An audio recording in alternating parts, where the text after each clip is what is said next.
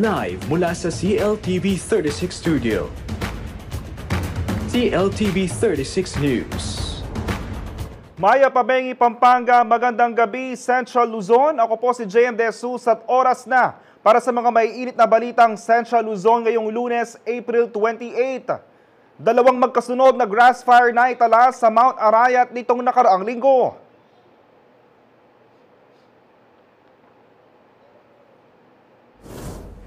Pampanga Provincial Bets nangampanya sa iba't ibang bayan sa lalawigan.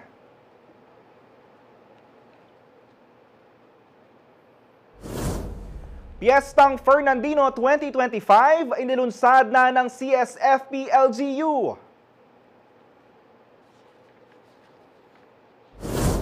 Clark Aviation City Project tuloy na. Malalaking infrastruktura itatayo ayon sa SIAC.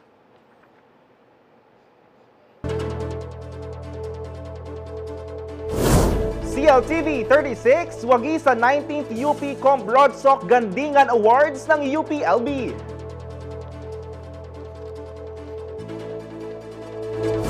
At world-class Philippine coffee at local artistry, bida sa newest branch ng Bo's Coffee.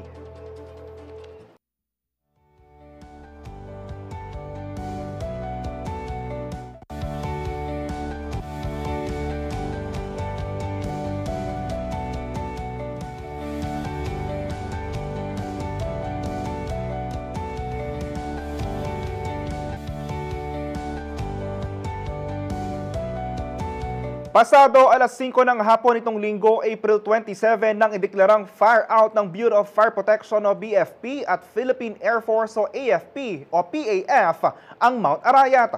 Matatandaang maunang sumiklab ang sunog sa barangay La Paz, Turo at San Mateo sa bayan ng Arayat na bahagi ng bundok nitong mag-aalas 8 ng gabi ng Biyernes, April 25. Naapula rin ang sunog sa parehong araw, ngunit panibagong grass fire na naman ang naitala sa barangay La Paz, Turo at Gatyawan, Maga, alas 6 ng gabi nitong Sabado, April 26. Umaga ng Linggo, April 27, nang simulang apulahin ng Philippine Air Force ang sunog sa pamamagitan ng paghuhulog ng tubig gamit ang kanilang dalawang chopper.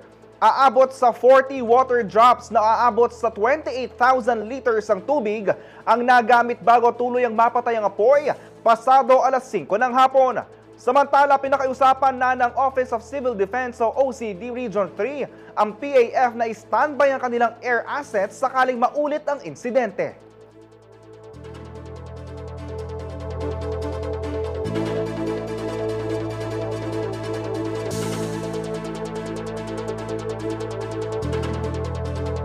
Samantala, nasamsam ang 2.1 million pesos na halaga ng ilegal na droga sa dalawang magkahiwalay na drug operations sa Bataan noong nakaraang weekend. Batay sa ulat ng Police Regional Office 3 o PRO3 nitong Lunes, April 28. Ayon sa PRO3, nadakip ang dalawang sospek sa unang operasyon na inilunsad itong Sabado, April 26 sa Abukay, Bataan. Nakumpiska mula sa kanila ang 66.5 grams ng hinihinalang shabu na tinatayang nagkakahalaga ng 452,200 pesos. Sa sumunod na operasyon sa Balanga City nitong Linggo, April 27, isang sospek ang nahuli at nakumpiska mula sa kanya ang 250 grams ng hinihinalang shabu na nagkakahalaga ng 1.7 million pesos. Sa kabuuan, ang mga sospek na sina alias Alvin at Izon at Aldrin ay kasalukuyang nakakulong at nahaharap sa mga kasong may kaugnayan sa iligal na droga.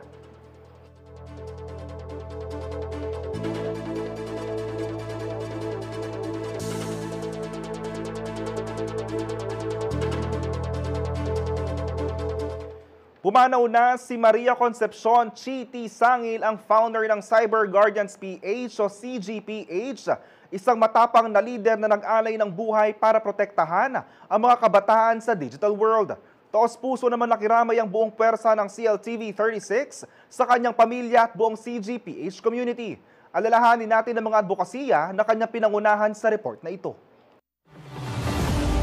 Isang makabuluhan at mapagmahal na pamana para sa kabataan at mga mahihinang sektor ang iniwan ni Maria Concepcion Chiti Sangil, founder at executive director ng Cyber Guardians PH o CGPH. Binawian siya ng buhay sa edad na 68 nitong Biyernes, April 25, matapos ang matapang niyang pagkikipaglaban sa sakit na acute leukemia. Para kay Sangil, ang paglilingkod ay hindi lang basta trabaho, kung hindi isang panata ng puso, ang siguraduhing lumalaki ang bawat bata sa isang ligtas at safe digital space. Sa loob ng maraming taon, buong tapang niyang ipinaglaban ang mga batang nanganganib mabiktima ng online sexual abuse and exploitation of children. Bago pa man ito naging sentro ng diskurso sa bansa, si Sangil ang nagsilbing boses ng mga kabataan at tagapagtanggol ng kanilang karapatan sa online space. Bilang founder ng CGPH, pinamunuan niya ang mga programang nagtuturo ng digital safety sa mga paaralan at komunidad. Hindi rin siya nag-atubiling makipagtulungan sa mga policymaker upang palakasin ang proteksyon ng mga bata sa online community. Sa kanyang pamumuno, lumawak ang abot ng organisasyon at naging sandigan ng mga magulang, guro at tagapangalaga sa pagsulong ng online child protection. Sa katunayan, nito lamang March 10, 2025, pumirma ng Memorandum of Agreement o MOA ang CGPH at Department of Education Region 3 para itaguyod ang kampanyang Cyber Safe Philippines. Kasunod nito, lumagda rin ng kasunduan ng CLTV36 at CGPH upang paigtingin ang kaalaman ng publiko sa matalinong paggamit ng artificial intelligence. Bilang pagpapatuloy ng kanyang misyon, planong itayo ang Chi Sangil Advocacy Leadership Program, isang inisyatibo na magsasanay at hihikayat sa mga susunod na henerasyon ng digital child protection advocates. Samantala, sa isang Facebook post, ipinaabot ni CLTV36 President Sonia P. Soto at ng buong puwersa ng CLTV36 ang taus-pusong pakikiramay sa pamilya ni Sangil at sa buong Cyber Guardians PH community. Isang malaking karangalan para sa himpilan na maging bahagi ng mga kampanya at proyektong inilunsad ni Sangil, mga inisyatibang nagbigay inspirasyon sa publiko upang maging mapanuri, responsable at mapagmalasakit sa digital world. Aisel Fernando, CLTV 36 News. Manatili nakatutok para sa iba pang balita ngayong araw.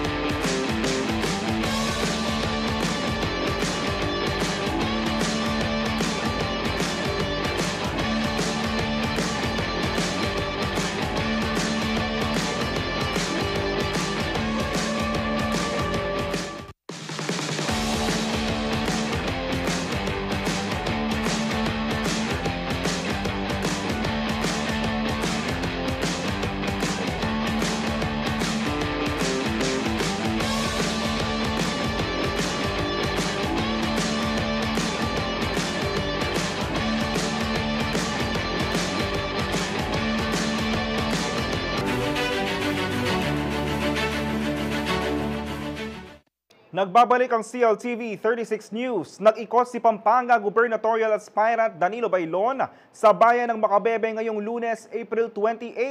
Inilatag niya ang kanyang plataporma na maghatid umano ng bagong sistema sa probinsya. Nakasama naman niya ang kanyang running mate na si Vice Gubernatorial Candidate Among Ed Panilio na sumuyo sa mga kabalen sa mga bayan ng Mexico, Florida Blanca at Lubao nitong Sabado at Linggo. Samantala, sa bayan naman ng Apalit at Guagua, nanuyo ang Team Pineda nitong nagdaang weekend. Makikita sa official Facebook page ni Pampanga Governor at Vice Gubernatorial Candidate Dennis Delta Pineda na kasama niya ng kampanya ang kanyang ina na si Vice Governor at Gubernatorial Candidate Lilian Nanay Pineda. Kasama rin nila ang tumatakbong board member ng Pampanga 4th District na si Dr. Kay Nagit at si incumbent Apalit Mayor June Tetangco.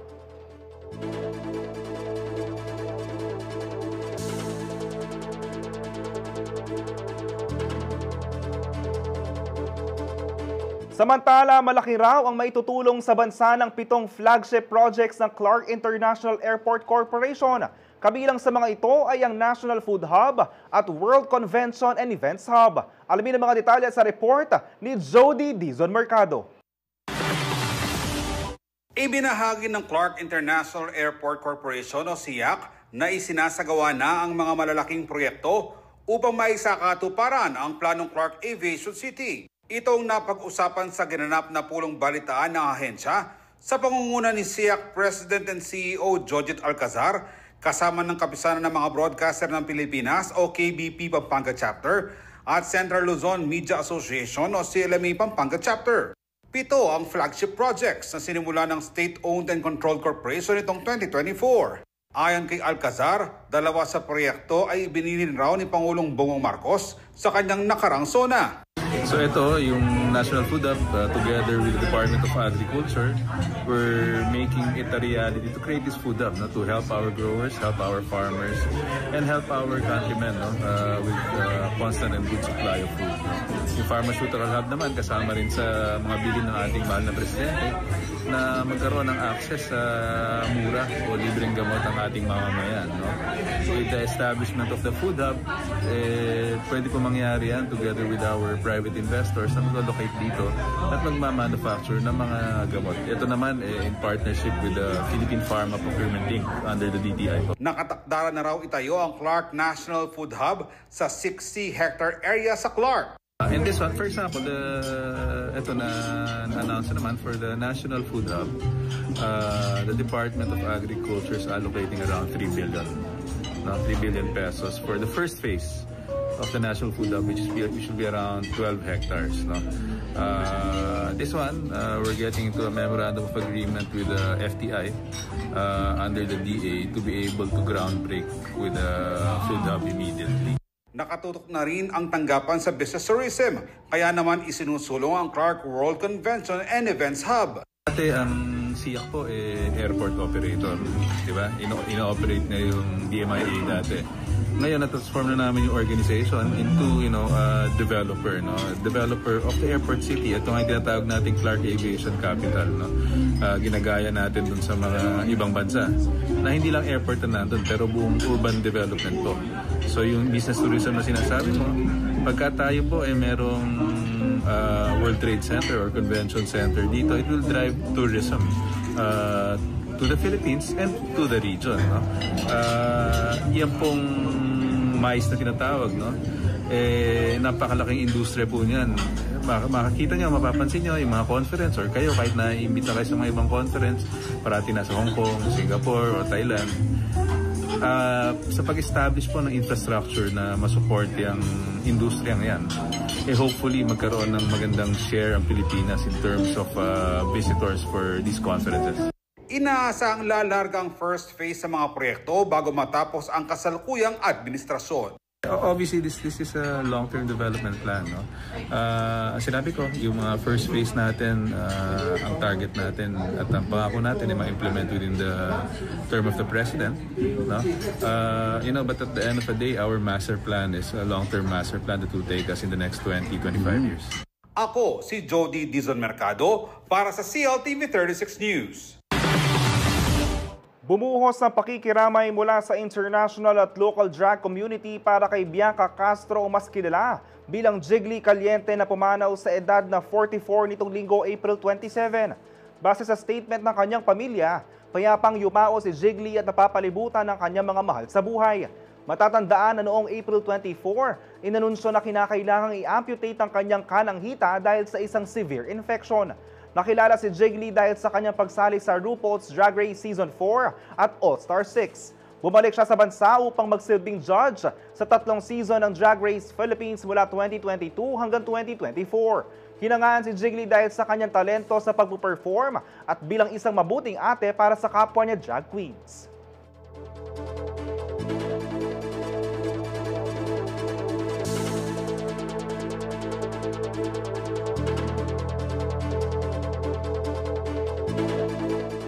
Dumayo sa Clark ang Lawn Bowls teams mula sa iba't ibang bahagi ng Asia para sa 2025 Asian Lawn Bowls Championship. Para sa detalye, narito ang report ni Nicodemi Yumul.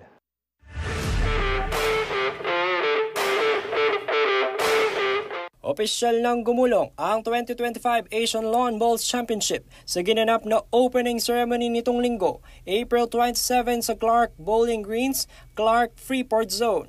Pinangunahan ni Philippine Sports Commission o PSC Commissioner Walter Torres ang programa. Katuwang ang mga opisyal ng Philippine Lawn Bowl Association o PLBA na nag-organisa ng nasabing torneo. 11 bansa at mahigit 250 atleta at coaches mula Asia ang maghaharap sa 2025 ALBC.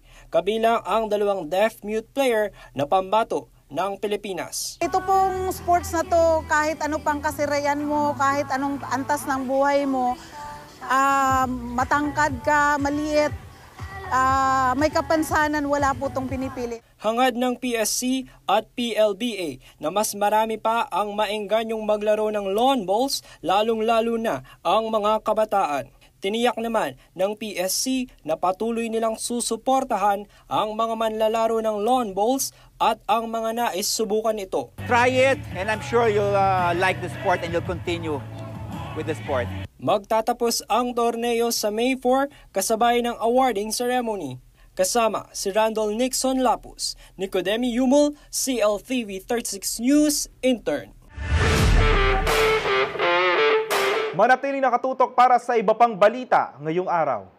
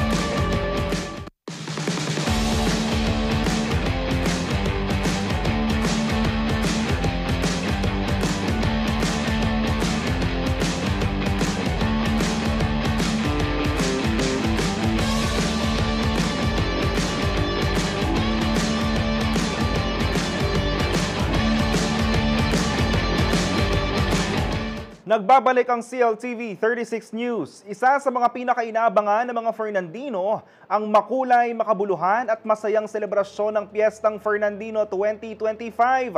Ang LGU ng City of San Fernando, Pampanga may lineup na ng month-long activities para sa mga Fernandino. Kung ano ang mga ito, alamin sa report ni Ashley Punzalan.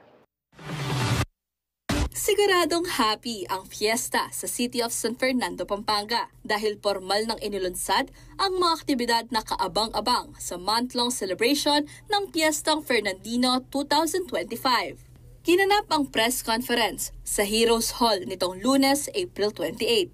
Ang Piestang Fernandino ay isa sa mga pinakamahalagang cultural, historical at religious event ng syudad na taon-taong ginaganap bilang parangal kay Saint Ferdinand. Sa temang King Pamanyulong ning Balen a Pakamalan, ing kultura, kasaysayan at kasalpantayanan. Layon ng piyesta na magbigay ng makabuluhang kontribusyon sa kasaysayan at layunin ng syudad.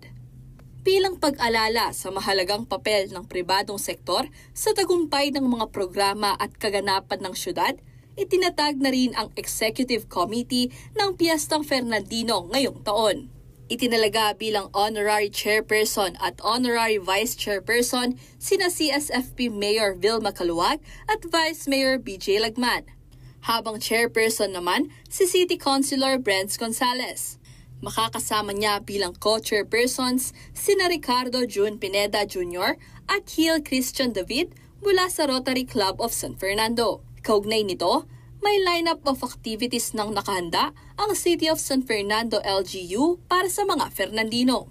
For the past 2 months, starting March 3, we started the preparations. This Piestang Fernandino is a symbol to give significance to our culture, to our heritage, and of course, to our patron saint, Saint Ferdinand III. Kabilang sa mga aktibidad ay ang pinaka-aabangang Mutyaning San Fernando o MNSF 2025. Kaugnay nito, isinabay na ng LGU sa launching at presscon ang presentation at sashing ceremony ng mga naggagandahang 15 candidates. Ang seremonya ay tanda raw ng formal na pagpapakilala ng mga kandidata sa kani-kanilang mga barangay. Bukod dito, nagkaroon din ng signing of Memorandum of Agreement ang CLTV 36 at ang mga head organizers ng Mutyaning San Fernando bilang official media partner ng MNSF. Samantala, kamakailan lang ay napabilang ang City of San Fernando sa 9 na lugar sa Pilipinas na nominado sa titulong Asia's Leading Cultural Destination sa World Travel Awards. Ayon kay CSFP Mayor Vilma Caluag, ang nomination ay patunay sa mayaman na kultura ng syudad. Kaya mahalaga raw sa kanya na mapanatiling buhay ang bawat tradisyon sa lungsod sa kabila ng mga hamong pangpinansyal. Importante ya kasing pag-celebra nini, nung akit yun na kayong karakal calendar of activities de, kasi pipreserve tayo itang akagisdan tamong kultura keti syudad San Fernando. Dapat ela matandare ito. Nanawagan din si Caluag sa mga Fernandino na makilahok sa mga aktibidad na inahanda ng LGU. Samantala, gaganapin ang grand celebration ng Piestang Fernandino 2025 sa May 30, 2025. Ashley Punzalan, CLTV 36 News. 11 taon na ang nakalilipas nang maitayo ang Anak Balebalayan Museum for the Poor na matatagpuan sa Barangay Santa Teresita, Angeles City. Pagmamahal sa kapwa at pagtulong sa mga batang kali ang kanilang patuloy na isinusulong. Ang kanilang advokasya ay nakaangkla sa prinsipyong sa isang biskwit, walang batang magugutom at walang hindi makakapasok sa eskwela. Bilang bahagi ng paggunita ng kanilang anibersaryo na ginanap kasabay ng kapistahan ng kanilang patron saint na si Nuestra Señora de Montserrat, isang misa ay dinaos itong linggo, April 27. Nagkaroon din ng free store para sa mga bata, gayon din ang pagbibigay ng pagkain sa komunidad. Samantala, kilala ang mga bata ng Anak Balebalayan para sa kanilang angking talento sa pagtugtog. Ang kanilang musika ay narinig na sa iba't ibang bahagi ng bansa, kabilang ang Marikina, Pasay, Intramuros, Rojas City, Capiz, maging sa Coronadal, South Cotabato.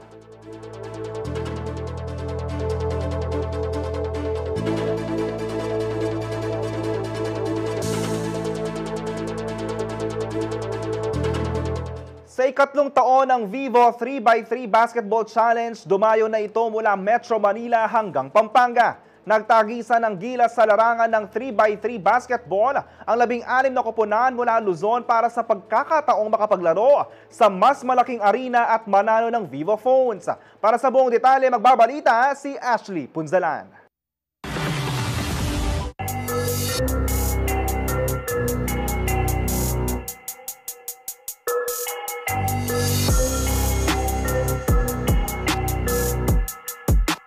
Nagpakitang gilas at galing sa basketball ang 8 koponan mula sa iba't ibang panig ng Luzon para sa Pampanga leg ng 3x3 Basketball Challenge Year 3 ng Vivo.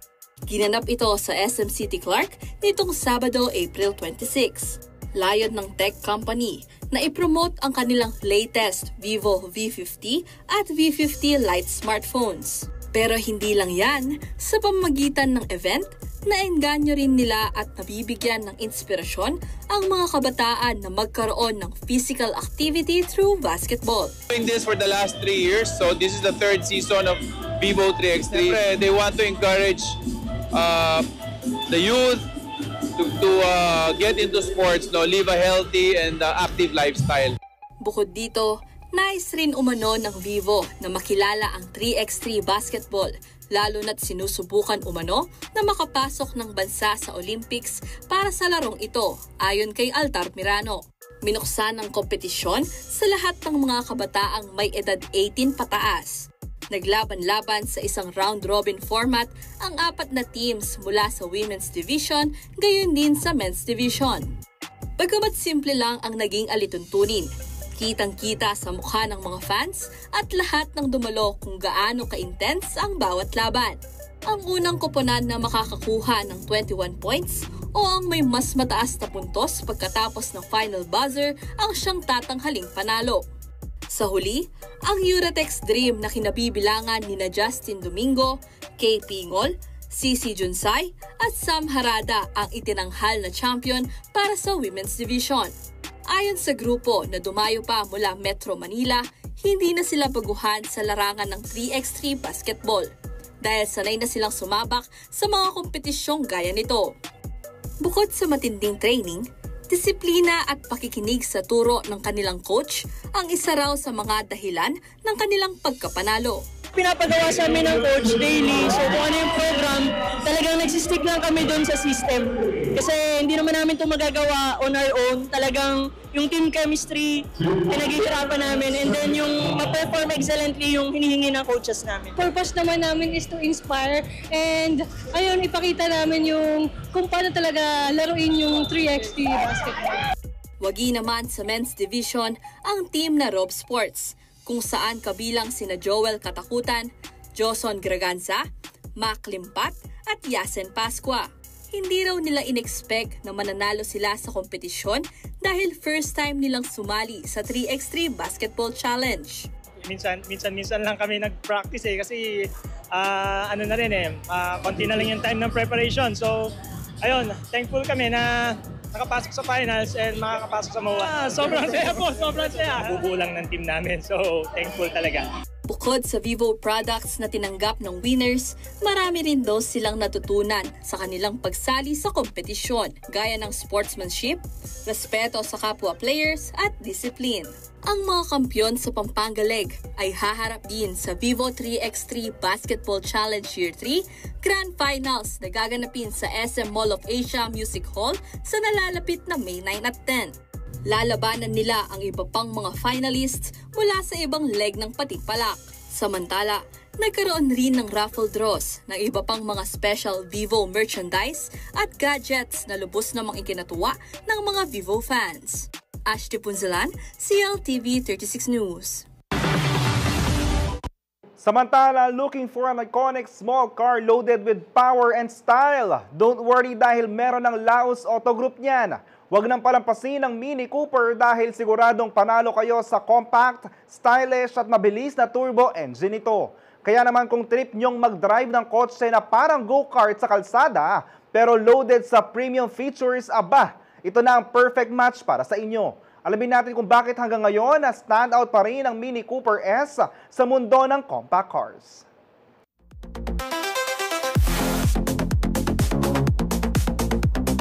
Hi, I'm Darwin Briones and we are here at Mini Cooper Pampanga. We have here the Mini Cooper S3 door.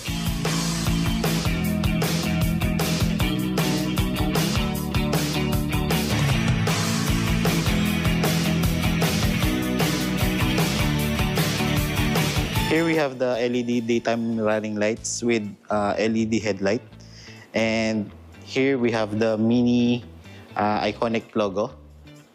And we still have the 360 sensors.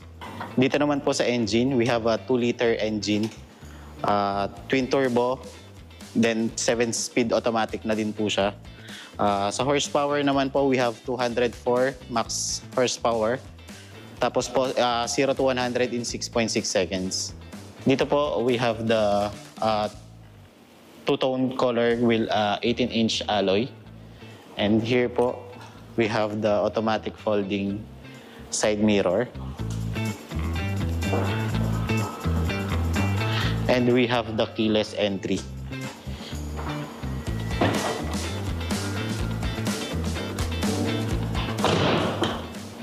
Dito naman po sa rear, we have the tail light with 3 modes. The Classic, the Favored, and the John Cooper Works.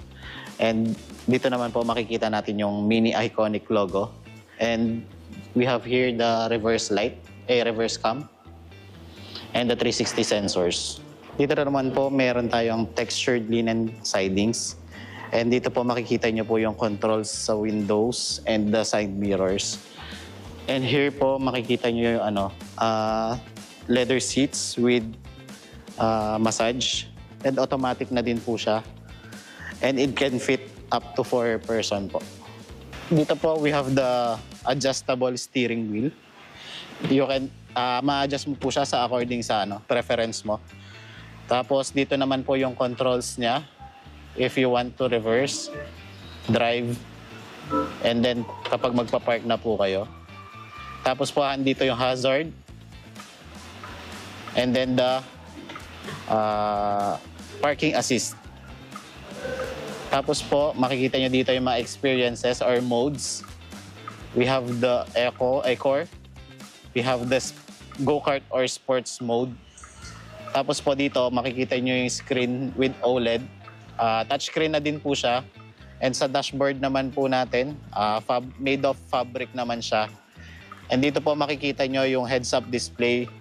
Makikita nyo po dito yung speed ng car. Tapos po dito, we have the wireless charger, the cup holders, and then extra storage. Dito po may 9.4-inch OLED display tayo.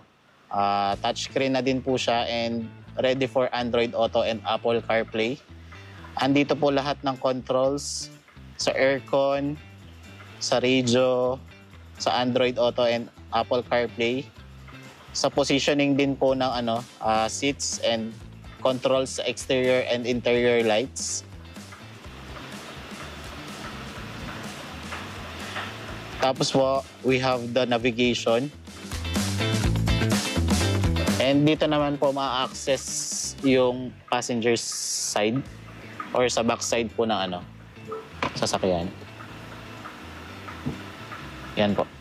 You can avail this Mini Cooper S3 door here at Laos Compound, Mini Pampanga. You can contact us at 0919-065-0041. At ang Facebook page po natin is Mini Pampanga. You can avail this Mini Cooper S for 3,699,000 pesos. Kapag po in-avail nyo to, may kasama po siyang road assistance, care of Laos Group Cares, insurance, Uper Optic Tint, and 3 years LTO registration.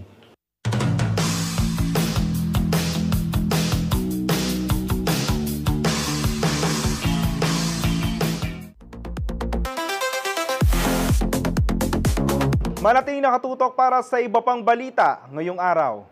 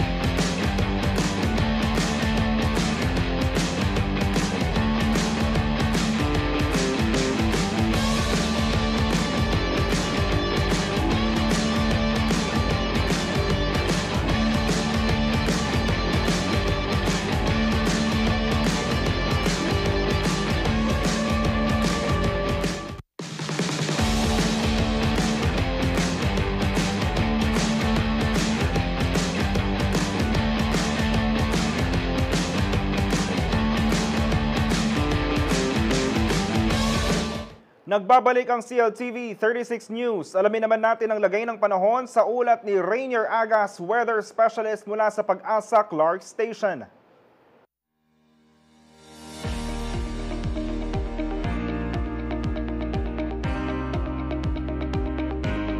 Narito na po magiging kalagayan ng ating panahon ngayong Lunes, April 28, 2025. Meron po tayong low pressure area at kaninang alas 3 ng tanghali, ito ay namataan sa layong 735 kilometers east ng General Santos City. Naka-embed ito sa Intertropical Convergence Zone o ITCZ na nakakaapekto sa Palawan at Mindanao. Sa ngayon po, mababa po ang tsansa na maging bagyo ito sa susunod na 24 hours. Samantala, easterlies naman po ang nakakaapekto sa natitirang bahagi ng ating bansa. Aasahan natin ang maulap na kalangitan na may kalat-kalat na mga pag-ulan, pagkulog, pagkidlat dito sa Caraga at Davao Region dahil po yan sa trough ng LPA. Maulap na kalangitan din na may kalat-kalat ng mga pag-ulan, pagkulog, pagkidlat sa natitirang bahagi ng Mindanao at Palawan dahil naman po sa ITZZ.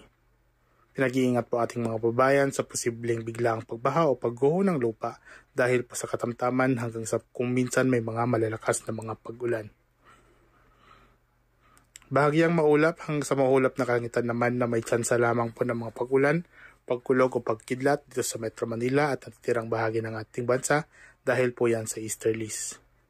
Pinapaalalahanan po pa rin ating mga kababayan na mag-ingat sa posibleng pagbaha o pagguho ng lupa kapag meron naman po tayong mga severe na mga thunderstorms. At yan po ang latest dito sa Pag-asa Clark. Ako po si Rainier Agas, nag-uulat.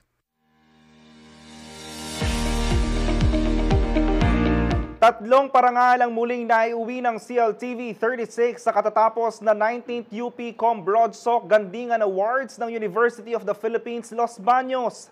Mula sa mga makabuluhang ulat hanggang sa mga malalimang diskusyon, pinatunayan ng istasyon ang natatanging dedikasyon sa paghahatid ng dekalidad na serbisyo at impormasyon sa publiko.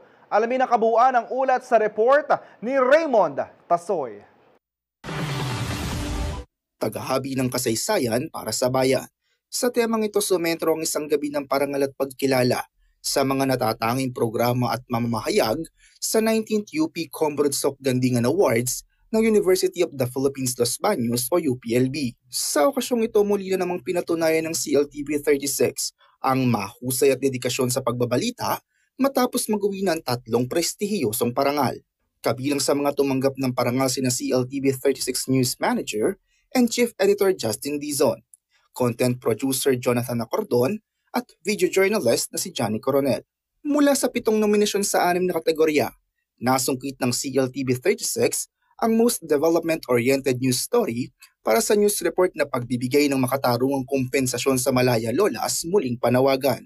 Hindi rin nagpahuli ang So to Speak Malaya Lolas na ginawaran bilang Most Development-Oriented Talk Discussion Program. Tampok sa mga naturang ulat at istorya ang patuloy na panawagan para sa hustisya at karampatang kompensasyon sa mga comfort women na biktima ng sexual slavery sa Pulang Bahay sa Candaba, Pampanga sa panahon ng pananakop ng mga Hapon noong ikalawang digmaang pandaigdig. Samantala, nakuha rin ng CLTV 36 ang Most Development-Oriented Online Short Form Video para sa espesyal na paggunita sa ika-33 anibersaryo ng pagsabog ng Bulkang Pinatubo. Ang first ever online short form video na inilabas ng istasyon ay hango sa karanasan ng kanyang mga kamag-anak na biktima ng pagsabog ng bulkan ayon sa content producer na si Jonathan Acordon. So, itong storya po ng Mount Pinatubo 33rd anniversary is inspired po siya actually ng stories ng mga tita ko since survivor din po sila ng Mount Pinatubo and yung Lahar. So ayun po, ginawa po namin tong short form video para ipaalala sa mga viewers po natin kung ano yung naging karanasan ng mga survivors ng Mount Pinatubo at para kunan ito ng aral ng mga susunod pong henerasyon. Nagpasalamat naman si CLTV 36 News Manager and Chief Editor Justin Dizon sa lahat ng naging bahagi ng award-winning stories. Muli, maraming salamat ho. Inaalay ho natin itong awards na ito, syempre sa lahat po ng mga nakasama natin sa trabaho na tumulong para mabuo ito. Particular na ho dun sa mga subject din natin sa Malaya Lola na sila pong patuloy na lumalaban, naninindigan at nananawagan para sa kanilang karapatan at bayad danyos. Ito pong kwentong ito hindi din natin mabubuo kung hindi tayo sa tulong ng mga organisasyon na kabilang din dun sa pakikipaglaban para sa karapatan ng mga Malaya Lola. Binigyang diin din niya sa isang interview ang mahalagang papel ng media sa panahong laganap ang misinformation at disinformation. Gayon din ang kahalagahan ng patuloy na pag-aaral sa kasaysayan. Ito ho'y isang patunay na sa kabila ho ng napakaraming kontrobersiya, kasinungalingan na kumakalat sa internet, sa social media, meron pa rin pong nagtitiwala sa totoong media, media na gumagampan ng tungkulin dahil ang media, alam naman ho natin, ito ho'y tagapaglathalan ng katotohanan, gaya nga nang nabanggit ko kanina sa aking talumpati, ito'y masakit man para doon sa ating mga kababayan na ayaw tanggapin yung katotohanan, pero kailangan ho kasi yun ito ho yung magpapalaya sa atin. Kaya naman sana ho matuto tayo sa kasaysayan. Ito ho mga ganitong kwento ay paulit-ulit natin kinikwento, hindi para sariwain yung trauma, kundi para maging reminder sa atin, maging paalala sa atin upang tayo po ay matuto sa kasaysayan at mas maging maayos yung mga hakbang natin pasulong sa kinabukasan. Muli maraming salamat po. Ginanap ang awarding ceremony ng 19th UP Combrod-Sok Gandingan Awards sa DL Umali Hall ng UPLB nitong Sabado, April 26 na dinaluhan ng iba't ibang media organizations mula sa buong bansa. Raymond Tasoy, CLTV 36 News. Samantala, ligtas na ang runaway dachshund na si Valerie matapos ang mahigit 500 araw na pag-iisa sa Kangaroo Island. Mula sa isang camping trip na nagresulta sa kanyang pagkawala, kapiling na ulit ngayon ni Valerie ang kanyang fur parents. Naging simbolo nito ng pag-asa para sa ibang pet owners. Ang buong kwento ng sausage dog na ito, alamin sa report ni Danny Cagino. Isang kakaibang kwento ng pag-asa at katatagan ang bumida sa Australia matapos masagip ang isang mini dachshund na si Valerie pagkaraan ng 529 days na pag-iisa nito sa kagubatan ng Kangaroo Island, Australia. Si Valerie na tinaguri ang runaway sausage dog ay nawala noong November 2023 habang nagka-camping ang kanyang mga amo na sina Georgia Gardner at Josh Fishlock. Hindi na siya nahanap mula noon dahil tila naglaho siya sa lawak ng isla na puno ng mga kangaroo, possum, koala at maging mga penguins. Sa tagal ng kanyang pagkawala, marami na rin ang sumuko at nawala ng pag-asa na mahanap pa siya. Gayunpaman, paminsan-minsan ay nahagip siya ng mga night vision camera, suot pa rin ang kanyang pink na collar. Matapos ang mahigit 1,000 hours ng search operations, 5,000-kilometer drive at countless attempts, tuluyan nang nailigtas si Valerie ng Wildlife Rescue Team gamit ang amoy ng t-shirt ng kanyang fur mom bilang pain.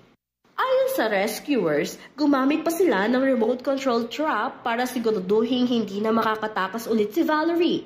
At pagkatapos niyang ma-rescue, agad siyang binigyan ng dog food at syempre ang paborito niyang roast chicken.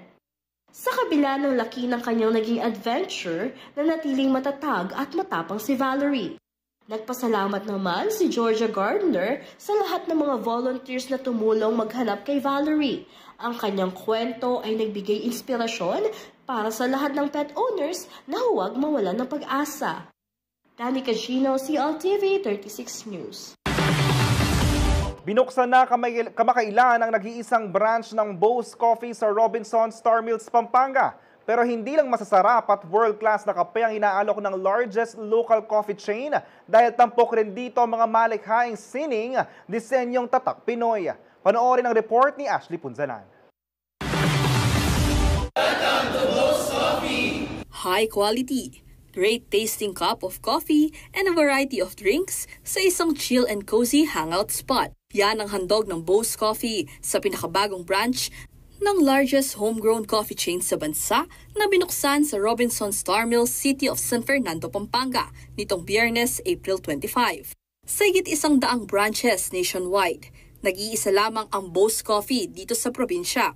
Pagpasok pa lang, agaw pansin na agad ang makukulay na murals at paintings na gawa ng mga local artists. Gayun din ang mga furnitures mula sa local craftsmen gamit ang materyales na tatak Pinoy. Ayon sa Chief Operating Officer ng Bo's Coffee na si Rachel Fallarme, bawat sulok ng kanilang coffee shop, tiyak na tampok ang pagiging malikhain ng mga Pilipino. We feature designs and artistry of the Filipino. For example, our designs, we use weaves, which is part of our ethnic heritage. Gumagamit din kami ng mga native materials such as solihiya, which is essentially Filipino. Right? And for art, we feature murals and artwork by local artists, which shows some sceneries, which is endemic to the location. Usually, ang ginagamit namin na feature for the mural are those things that are unique to a certain area. So here in Pampanga, of course, the parol, right? So naka-incorporate siya dun sa mural, and of course, those that are part of the coffee culture. Bagamat mataas ang kompetisyon sa dami ng coffee shops sa Pampanga, ipinagmamalaki ng Bo's Coffee ang paggamit nila ng homegrown coffee beans mula sa mga bundok ng Benguet, Sagada, Mount Kitanglad, Mount Matutum at Mount Apo. Of course, being a Filipino coffee company, it's only natural that we also promote Philippine coffee. Our Philippine coffee is actually world-class, has very high quality, and can compete with other countries. Nakipag-partner rin ang Bo's Coffee sa mga social enterprises kagaya ng Kalsada at Dream Coffee na tumutulong sa mga komunidad na nagpo-produce ng mga coffee beans. Nagtayo rin daw sila ng mga coffee mills at drying facilities upang mapalakas ang produksyon ng kape at makalikha ng mas maraming trabaho para sa coffee farmers. The other thing also is we buy direct from them. Kaya it cuts out the middleman, so nakakatulong in terms of the pricing because we buy it at a higher price already. Kaya naman bawat sa Bo's Coffee, hindi lamang lasa ang na-e-enjoy ng customers dahil nakatutulong din sila sa pagsuporta sa mga local farmers, artisans at social enterprises. Kaugnay nito, umaasa raw si Fallarme na tangkilikin ng mga Kapampangan ang Bo's Coffee branch sa Robinson Star Mills upang ma-promote palalo ang world-class Philippine coffee. Plano rin daw nilang magbukas ng branches sa iba't ibang lugar sa lalawigan. Kasabay nito, iniimbitahan ni Fallarme ang mga Kapampangan coffee lovers na bumisita at subukan hindi lamang ang mga Philippine coffee variants na ino-offer ng Bo's Coffee, kundi pati na rin ang kanilang masarap na pagkain at mga specialty drinks. We hope to be able to serve you with the best that Philippines has to offer. Ashley Punzalan, CLTV 36 News. At yan ang mga balitang nakalap ng CLTV 36 News. Para sa karagdagang detalye, maaari niyong i-follow ang aming social media pages. Para sa Facebook at CLTV 36 Official at CLTV 36 News. Sa Twitter o X at CLTV 36. Sa Instagram at CLTV 36 Official. Kung nais yung balikan ng mga programa ng CLTV, pwede niyong bisitahin ang aming YouTube channel at CLTV 36 Official at ang aming website www.cltv36.tv. Mapapanood din ang mga programa ng CLTV nationwide via Signal Channel 115 at sa ating 38 cable partners. Kasama ang buong puwersa ng CLTV News and Current Affairs, ako po si JM De Jesus. Maraming salamat po.